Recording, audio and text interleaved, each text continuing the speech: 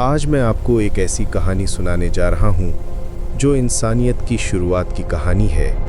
ये हज़रत आदम अलैहिस्सलाम की कहानी है जो पहले इंसान और पहले नबी थे। एक ऐसी कहानी जो हमें बताती है कि हम कहाँ से आए हैं और क्यों यहाँ हैं। तसव्वुर करें कि आप उस वक्त मौजूद हैं जब कायनात में सिर्फ फरिश्ते और जिन्नात थे। ज़मीन खाली पड़ी थी, कोई इंसान नहीं था। फिर अल्लाह ताला ने फैसला किया कि वो एक नई मखलूक बनाएगा। अल्लाह ने ज़मीन के मुख्तलिफ हिस्सों से मिट्टी ली, काली मिट्टी, सुर्ख मिट्टी, सफ़ेद मिट्टी, नरम मिट्टी, सख्त मिट्टी। हर किस्म की मिट्टी से अल्लाह ने एक शक्ल बनाई। ये शक्ल इंसान की शक्ल थी। फिर वो दिन आया जब अल्लाह ने इस मिट्टी के पुतले में रूह फूंकी। ये 10 मुहर्रम का दिन था, जुमे का दिन। जैसे ही अल्लाह के हुक्म से उसमें रूह फूंकी गई, वो मिट्टी का पुतला जिंदा हो गया। आंखें खुलीं, सांस चलने लगी, दिल धड़कने लगा। ये थे हज़रत आदम अलैहिस्सलाम, पहला इंसान। लेकिन ये कहानी यहीं ख़त्म नहीं होती। अल्लाह ने हज़रत आदम को कुछ ख़ास अता किया। अल्लाह ने उन्हें हर चीज़ का इल्म सिखाया, हर जानवर का नाम, हर पौधे का नाम, हर चीज़ की खुसूसियात। ये इल्म कोई आम इल्म नहीं था, ये वो इल्म था जो फरिश्तों के पास भी नहीं था। फिर अल्लाह ने तमाम फरिश्तों को हुक्म दिया कि आदम को सजदा करें। ये ताज़ीमी सजदा था, इबादत का सजदा नहीं। तमाम फरिश्तों ने फ़ौरन सजदा किया, लेकिन एक ने इनकार कर दिया।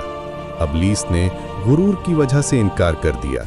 उसने कहा कि मैं आग से बना हूँ और ये मिट्टी से, मैं इससे बेहतर हूँ। इस गुरूर की वजह से अल्लाह ने अबलीस को अपनी रहमत से दूर कर दिया। अब हज़रत आदम जन्नत में थे, लेकिन वो अकेले थे।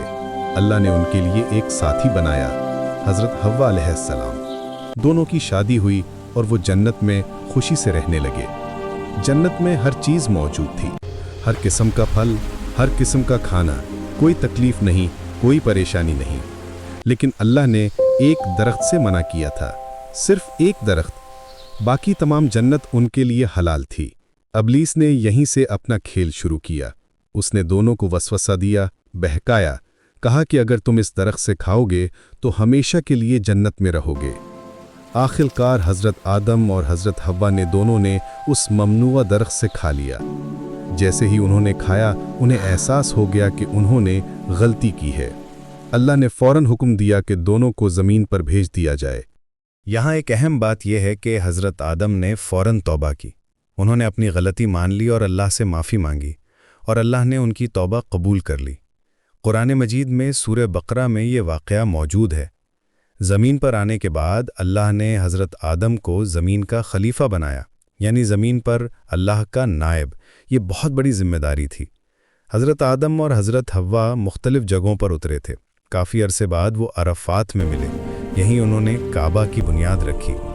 अल्लाह ने हज़रत आदम को 10 सहीफ़े अता किए। इन सहीफ़ों में अक़ीदा, इबादत और इल्म की बातें थीं। ये इंसानियत के लिए पहली हिदायत थी। हज़रत आदम के 2 बेटे थे, हाबील और काबील। यहाँ इंसानी तारीख़ का सबसे दुख भरा वाक़या हुआ। काबील ने हसद की वजह से अपने भाई हाबील को कत्ल कर दिया। ये दुनिया का पहला कत्ल था। हज़रत आदम को कितना दुख हुआ होगा जब उन्होंने देखा कि उनका एक बेटा दूसरे को मार रहा है। हज़रत आदम तकरीबन 960 साल ज़िंदा रहे। उनकी पूरी ज़िंदगी इंसानियत को सिखाने में गुजरी। उन्होंने लोगों को अल्लाह की इबादत सिखाई, अच्छे और बुरे में फ़र्क सिखाया, ज़िंदगी गुजारने का तरीक़ा सिखाया। ये कहानी हमें बहुत कुछ सिखाती है। ये बताती है कि इंसान को अल्लाह ने ख़ास मकसद के लिए बनाया है। हम ज़मीन पर अल्लाह के खलीफा हैं। ये बताती है कि गलती करना इंसानी फ़ितरत है, लेकिन तौबा करना भी इंसानी फ़ितरत है। हज़रत आदम ने हमें दिखाया कि गलती के बाद क्या करना चाहिए। आज जब हम अपनी ज़िंदगी में मुश्किलात का सामना करते हैं तो याद रखें कि ये सब हज़रत आदम से शुरू हुआ।